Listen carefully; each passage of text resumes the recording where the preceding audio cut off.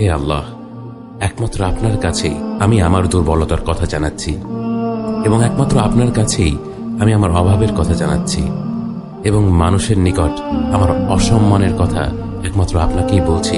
হে আরহামার রাহিমিন, আপনিই তো প্রতিটি দুর্বল ব্যক্তির রব এবং আপনিই আমার রব।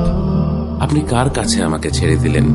এমন অচেনা মানুষদের কাছে যারা আমার ক্ষতি করতে চায়, নাকি এমন শত্রুর কাছে যাকে আপনি আমার চেয়ে অধিক শক্তি দিয়েছেন?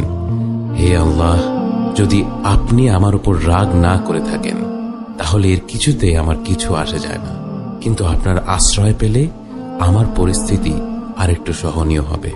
হে আল্লাহ, আমি আপনার চেহারার নূরের কাছে আশ্রয় চাই, যা সব অন্ধকারকে উজ্জ্বল করে দিয়েছে, যা দুনিয়া এবং আখিরাতের সব বিষয়ের সংশোধক।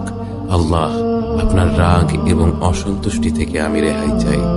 আল্লাহ, এ সব কাজই শুধু আপনাকে খুশি করার জন্য করা এবং আপনি ছাড়া কোনো শক্তি নেই।